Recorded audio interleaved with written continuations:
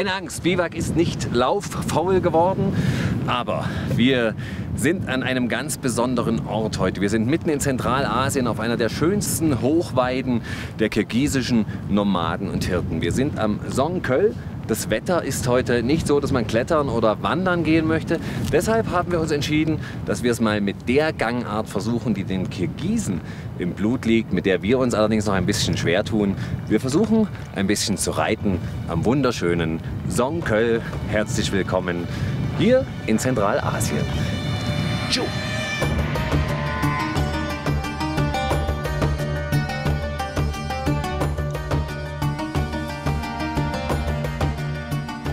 Tien Shan, die Berge des Himmels. So nennen die Kirgisen ihr buntes Hochgebirge.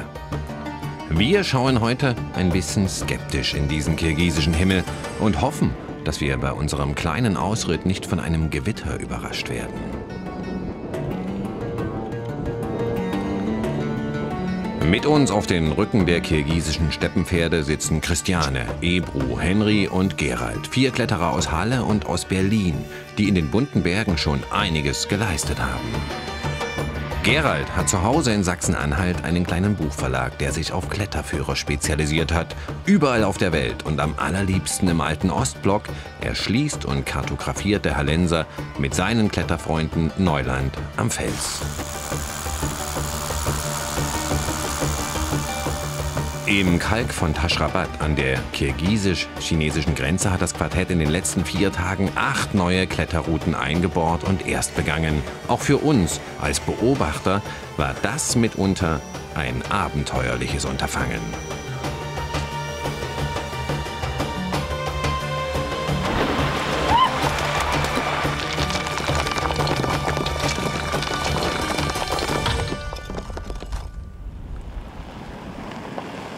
Die Pisten und Landschaften im kirgisischen Hochland sind nicht weniger rau als der Fels, aber eben auch atemberaubend schön. Über den Moldo-Aschu-Pass schlängeln wir uns hinauf zum nächsten Höhepunkt unserer Reise. Wir wollen zu den viel besungenen und beschriebenen Jailos, zu den Hochweiden der kirgisischen Nomaden.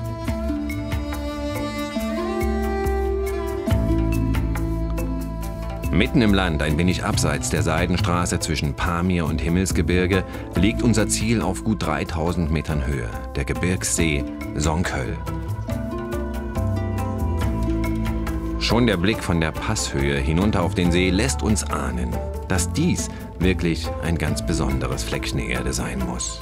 Ein Ort, der uns mit seiner magischen Ruhe sofort gefangen nimmt, der uns einlädt, teilzunehmen für ein paar Tage am Leben der Nomaden hier oben und dieses Land dabei noch besser kennenzulernen.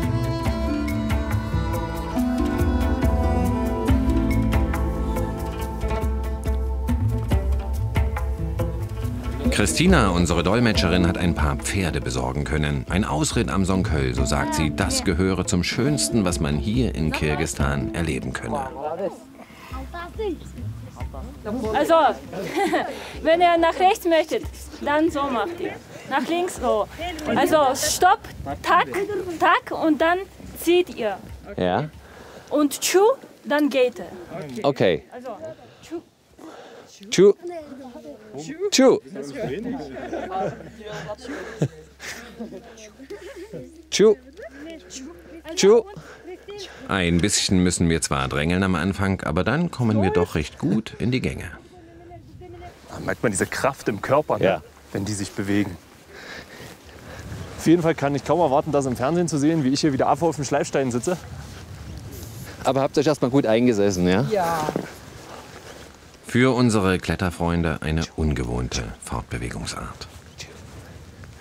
Ist es trotzdem irgendwie schön, auch zu fühlen, dass man so ein bisschen landestypisch unterwegs ist und nicht nur seinen Hintern immer in ein motorgetriebenes Auto setzt? Auf jeden Fall. Also ich finde es sowieso auch genial, dass die Pferde hier in ganzen Herden frei umher streunen können. Das ist unglaublich. Also stell dir das in Europa vor, in Deutschland. Ich habe das noch nie gesehen. Da gibt es eine Pferdekoppel, da sind die drin und das war's. Ne? Und hier können die kilometerweit losgaloppieren. Das ist Wahnsinn. Das ist so ein Stückchen Freiheit, ne? Ja. Das steckt auch an. Und da möchte ich auch gern mit, aber ich habe noch nicht gelernt, wie die Gangschaltung Komm, funktioniert. lass uns vorsichtig anfangen. Ihr habt ja auch noch ein bisschen was vor. Ja, ich glaube auch. Tschu, tschu, Vraiment schneller.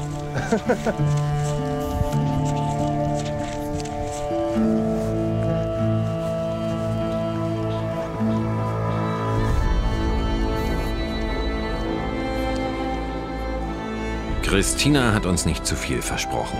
Es ist ein großartiges Gefühl, hier im gemütlichen Schritt über die endlos weiten Gebirgswiesen zu reiten.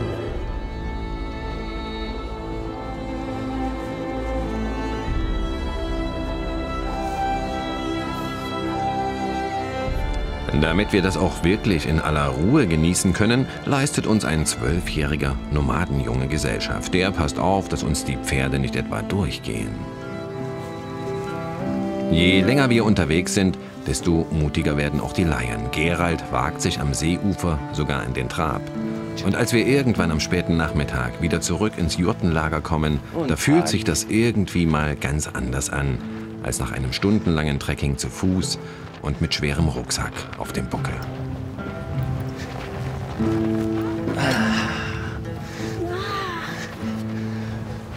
Danke. Rahman. Naja, was soll ich sagen? O-Beine und Muskelkater. Aber war mal eine schöne Erfahrung und ich glaube, wir haben die Schlechtwetterphase rechtzeitig vorm Abendessen ganz gut genutzt. Ich glaube, den anderen hat es auch Spaß gemacht. Und es ist schon mal ein schönes Gefühl, sich hier so zu bewegen wie die Einheimischen. Aber man merkt auch, bis man das zur Perfektion treiben kann, so wie die Kirgisen, da ist es, glaube ich, ein langer Weg und vielleicht auch ein schmerzhafter. Ohne Pferde war und ist das Leben hier oben auf den Jailos gar nicht denkbar. Seit vielen Jahrhunderten schon gelten die Kirgisen, ähnlich wie die Mongolen, als famose Reiter und ihre kleinen Steppenpferde als besonders ausdauernd und geschickt. Eine kleine Kostprobe davon bekommen wir bei einem Reiterspiel direkt neben unserem Camp. Kleine Geldscheine werden hier auf die Wiese gelegt und müssen im gestreckten Galopp von den Reitern eingesammelt werden.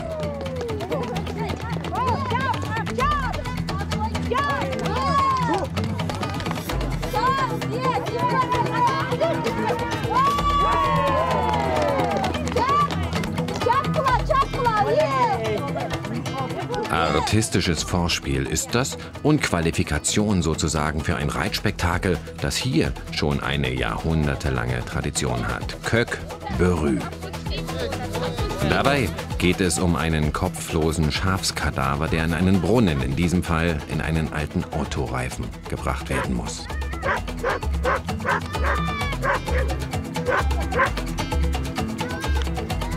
Acht Reiter, manchmal auch mehr, jagen und streiten um die Trophäe.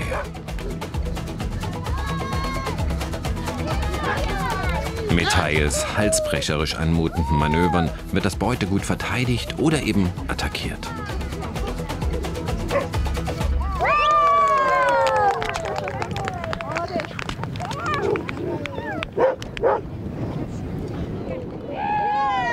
Ganz besonders bestaunen wir die verwegenen Reitkünste einer jungen Frau. In einem Land, wo die klassische Rollenverteilung zwischen den Geschlechtern bis heute sehr streng gelebt wird. Vor allem hier draußen auf dem Land und auf den Jailos. Ат мингеним кичинекей кезимден баштап ат мингем. Schon als kleines Mädchen sei sie mit ihren Großeltern hier oben am Songkhöl gewesen, musste Stuten melken und sich um die Schafe kümmern, erzählt uns Nazgul. Immer habe sie die Jungs beneidet, die so gut reiten konnten und irgendwann ihren Opa überredet, dass er ihr das auch beibringen möge. Tja, und jetzt reite sie fast ihr ganzes Leben schon, am liebsten im Sommer hier oben am Songkhöl.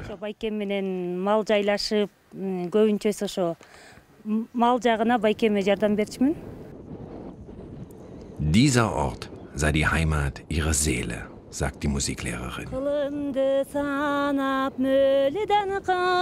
Und prompt folgt eine musikalische Liebeserklärung an diesen wunderbar gelegenen See.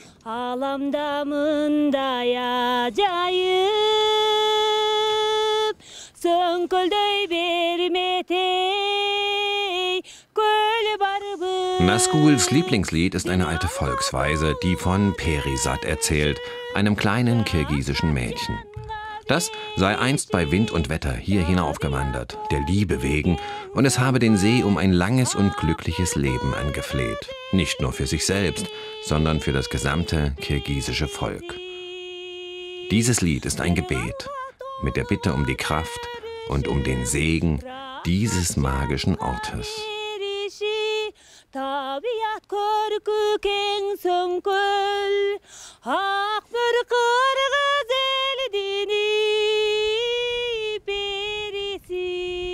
So eine Liebeserklärung an die Heimat berührt nicht nur uns als weitgereiste und staunende Gäste, sondern auch Christina, unsere kirgisische Begleiterin.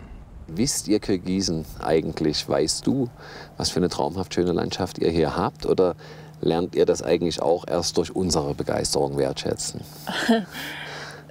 Bei mir persönlich, das war genau zweiten. Ich habe mein Land kennengelernt, dankbar unter Touristen. Sie kamen und sagten, oh, das Land ist so wunderschön und ihr habt so riesige Berge, also schöne Wiesen und so weiter. Und dann dachte ich mir, ja, natürlich, das ist doch so. Und wenn man sieht es jeden Tag, dann schätzt man nicht das. Und dankbar euch würde ich sagen, ich liebe mein Land mehr. Ich sehe jetzt mit euren Augen, wie schön ist mein Land. Ja.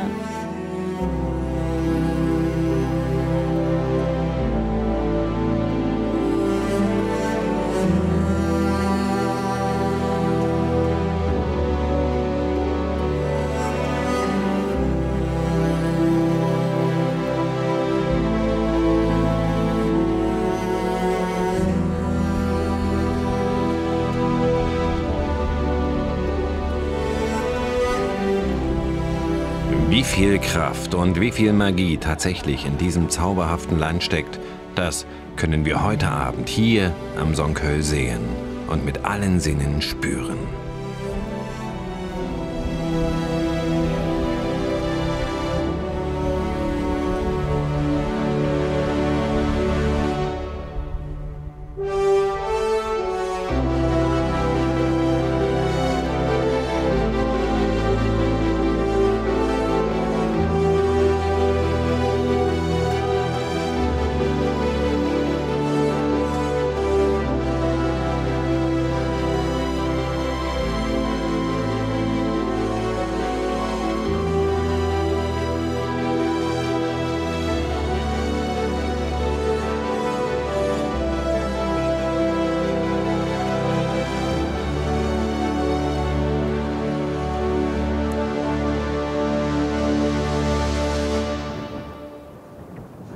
Der Morgen danach beginnt sportlich ambitioniert. Genau, Mann.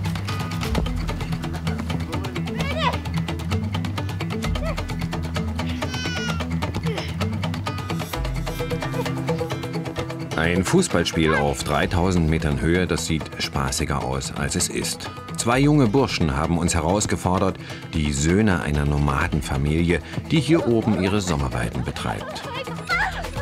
Auch wenn wir in der Überzahl sind, als Flachländer in unseren klobigen Wanderstiefeln, haben wir keine Chance. Und bei Zeiten Schnappatmung. Hilfe!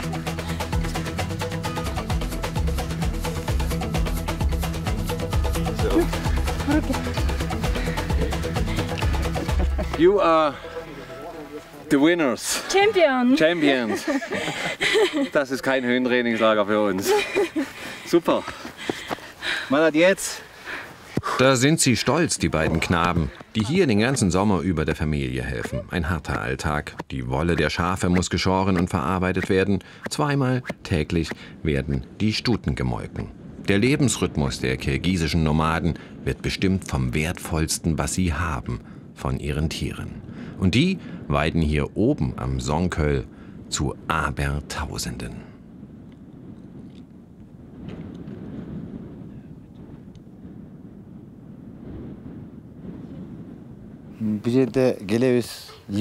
Aichi Bekjaimov ist 49 Jahre alt und er erzählt uns, dass sie Jahr für Jahr von Ende Mai bis Mitte September hier oben wohnen. Mit den Tieren und für die Tiere. Wir leben davon, was die Tiere geben, sagt er. Fleisch, Milch, Wolle. Das muss dann auch für den ganzen Winter reichen, denn unten im Dorf, da gibt's keine Arbeit. Alles, was wir zum Leben brauchen und verkaufen können, das kommt hier von den Jailos.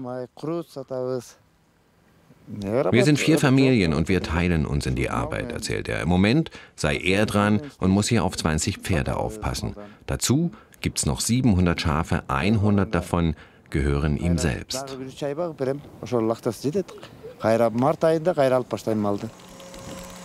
Die beiden Jungs, 8 und 9 Jahre alt, müssen in den Ferien hier oben auch kräftig mittun im Familienbetrieb. An der Milchzentrifuge wird aus der Stutenmilch Kaimak gewonnen, also Butter. Was übrig bleibt, das wird vergoren. Und wie das schmeckt, das dürfen wir draußen vor der Jurte probieren. Это kumis. Kumis, kumis. Hummus. Hummus. Hummus. They cannot to spell U.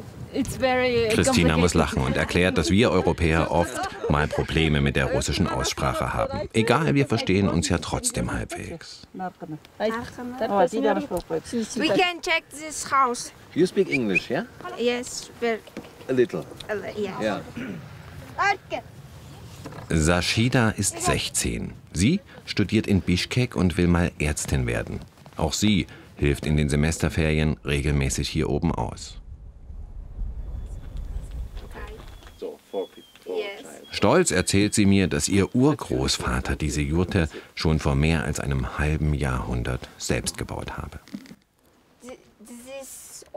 All die alten Hölzer habe er in Handarbeit selbst geschlagen, gebogen und zusammengeknüpft.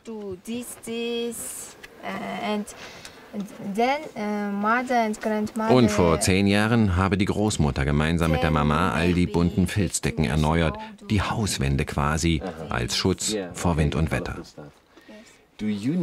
Ob sie so eine Jurte auch aufbauen könne, frage ich. Und da muss Sashida lachen. Natürlich, das könne hier jedes Kind. Das sei doch ganz, ganz einfach. Ich erzähle ihr, dass wir das auch mal versucht haben, uns aber dabei ziemlich ungeschickt angestellt hätten. But if you do it every year, yeah. Yes. It's beautiful. Zu 5 leben sie in dieser Jurte. Alles, was man zum Wohnen, zum Schlafen und zum Leben braucht, das muss hier drin auf 10 Quadratmetern seinen Platz finden. Genauso wie die Gäste, die bei den Nomaden immer herzlich willkommen sind. Wir wollen zwar wirklich keine Umstände machen, aber die herzliche Einladung zum Tee, die können und wollen wir natürlich nicht abschlagen.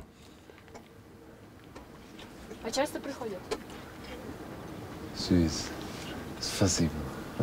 Bei frischem Brot und Kaimak reden wir über kirgisische Traditionen. Wenn die Tochter Ärztin wird, wer soll denn dann die Jurte einmal übernehmen und bewirtschaften?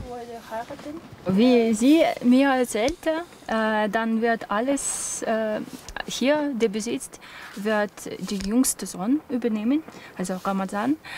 Und wenn er heiratet, wird seine Frau hierher kommen und helfen seiner Familie. Ja.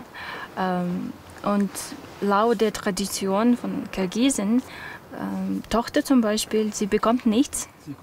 Um die Frauen müssen sich die künftigen Ehemänner kümmern, solche wie Ramadan, wenn er einmal die Jurte geerbt und mit den Viehherden seinen Wohlstand gesichert hat. So ist auch Sashidas Mutter vor 20 Jahren noch verheiratet worden. Als sie geheiratet wurde, ihr Mann musste dann bezahlen ihre Eltern. Das heißt auf Kirgisisch Kalim. Er muss große Menge Geld geben oder Pferde, Schafen, Tieren bringen. Und dann gucken Eltern, was hat er gebracht? Und werden sie entscheiden, wird ihre Tochter gut gehen mit diesem Mann, also wird sie alles bekommen, was sie braucht für das Leben oder nicht. Und ja, ihr Mann hat eine Kamele gebracht für sie, eine Schafe, Pferd und Kuh und noch bezahlt dafür. Wird das bei Sashida auch so sein? Нет. Das entsetzte Gesicht sagt eigentlich alles. Они будут смотреть на твоего жениха. Нет, я сама буду выбирать. Also sie ist mehr modern. Sie möchte nicht, dass das machen Eltern. Das für die Mama okay? А для вас это нормально? Да, нормально. Но вы как считаете, она сама должна выбрать Да, своего жениха? да. Он живет с ним. Да? Sie wird mit ihm leben, also sie muss das zuerst entscheiden. Good luck. Viel Glück. Thank you. Nach dem Besuch in der Jurte wollen wir uns ein bisschen bewegen und wir haben da auch schon eine Idee. Die Landkarten hier basieren auf den alten sowjetischen Militärkarten. Und die sind mitunter noch detailgetreuer als das, was wir von zu Hause von den Karten des Deutschen Alpenvereins kennen. Alles genau eingezeichnet. Die Karte ist ja aber immer nur die halbe Wahrheit. Heutzutage reist man ja auch mit elektronischen Hilfsmitteln, sprich mit dem Smartphone. Und auf dieser App haben wir eine sehr erstaunliche Entdeckung gemacht, die in der Karte nicht verzeichnet ist. Denn unweit von hier, irgendwo da drüben, ist ein Berg eingezeichnet, der nennt sich Peak Connewitz. Und da wollen wir natürlich mal ein bisschen genauer nachschauen, was sich dahinter verbirgt.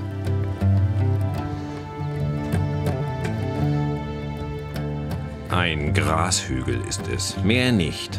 Aber da steigen wir gern mal 200 Höhenmeter hinauf und sind gespannt. Wer mag diesen Buckel im zentralasiatischen Irgendwo nach einem Leipziger Stadtteil benannt und in die digitalen Landkarten geschrieben haben?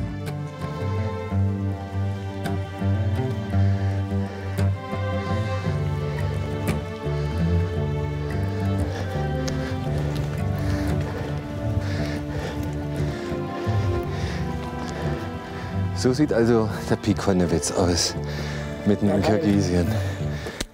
Sagen wir mal Bergheil. Bergheil.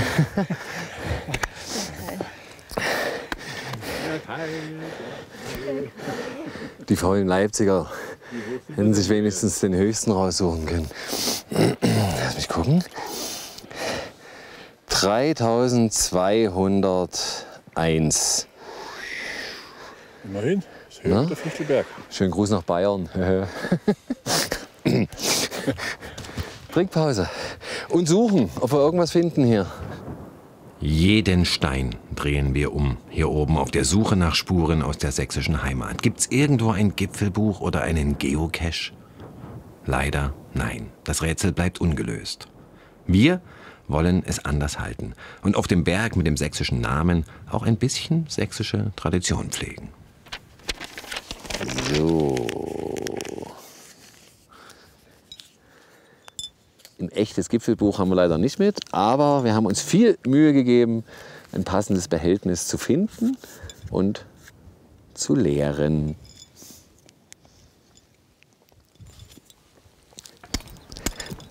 Auf ging einfacher. Auf dass die nächsten Besucher hier oben mit ihrer Neugier vielleicht ein bisschen mehr Glück haben. Eine alpine Glanzleistung oder Heldentat war das natürlich nicht, hier im leipzig-kirgisischen Umland, aber für uns natürlich trotzdem eine willkommene Abwechslung, eine schöne Wanderung mit fantastischem Ausblick über den Songköl und 200 Höhenmeter hier hinauf zu spazieren. Das ist für uns auch eine gute Akklimatisierung, denn wir haben noch mehr vor hier in Kirgisistan. Übermorgen geht es weiter mit unserer Biwak-Expedition und dann soll es im Himmelsgebirge, im Tian Shan, wirklich richtig hoch hinausgehen. Am Sonnabend, 19:50 Uhr, sehen wir uns wieder. Ich freue mich auf Sie.